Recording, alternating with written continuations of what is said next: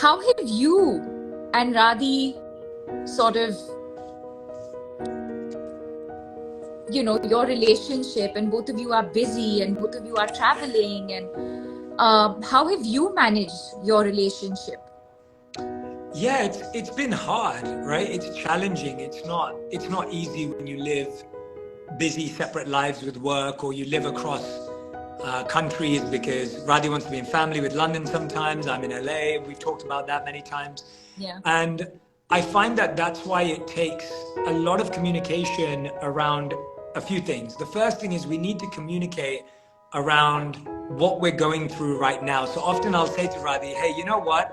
For the next month, I'm going to be traveling. I want you to know that I love you, that I'm here for you, that I care about you. If you ever need me, I'll drop everything and be here. But I'm going to be preoccupied for the next month. I just want to make you aware. And I think often we don't communicate in a caring, compassionate way. We just do our life. Yeah. And then a month later, say that again? And then assume that both partners are on the same page. Exactly. Yeah, we assume that our partner just understands, they know, they'll figure it out, but we have to communicate that.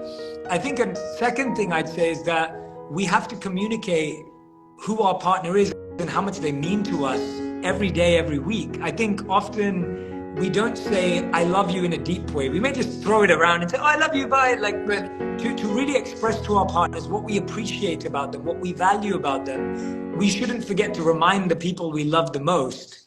Often the people we love the most, we treat the worst. Take for granted. And take for granted. And they deal with the worst parts of us, and they tolerate us, but we don't acknowledge them. And the third thing to communicate about, I think, is when there is a challenge, when there is something that we're struggling with, I think often we think, oh, no, I better not say it because it will start a fight, or I have to suppress my feelings.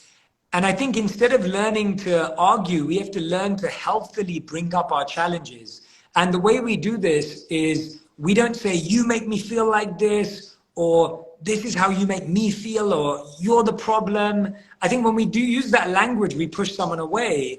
Whereas when we say, I know we're going through this.